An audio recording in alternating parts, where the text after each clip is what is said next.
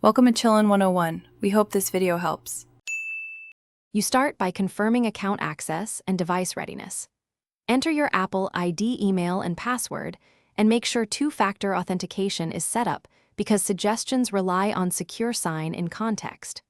Once done, open Settings on iPhone or System Settings on Mac and tap your name. This puts you in the right place to manage suggestions.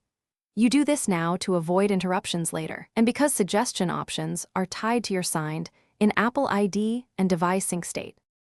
Next, you enable the features that generate suggestions.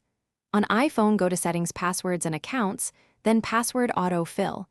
On Mac, open Safari Preferences and Auto-Fill.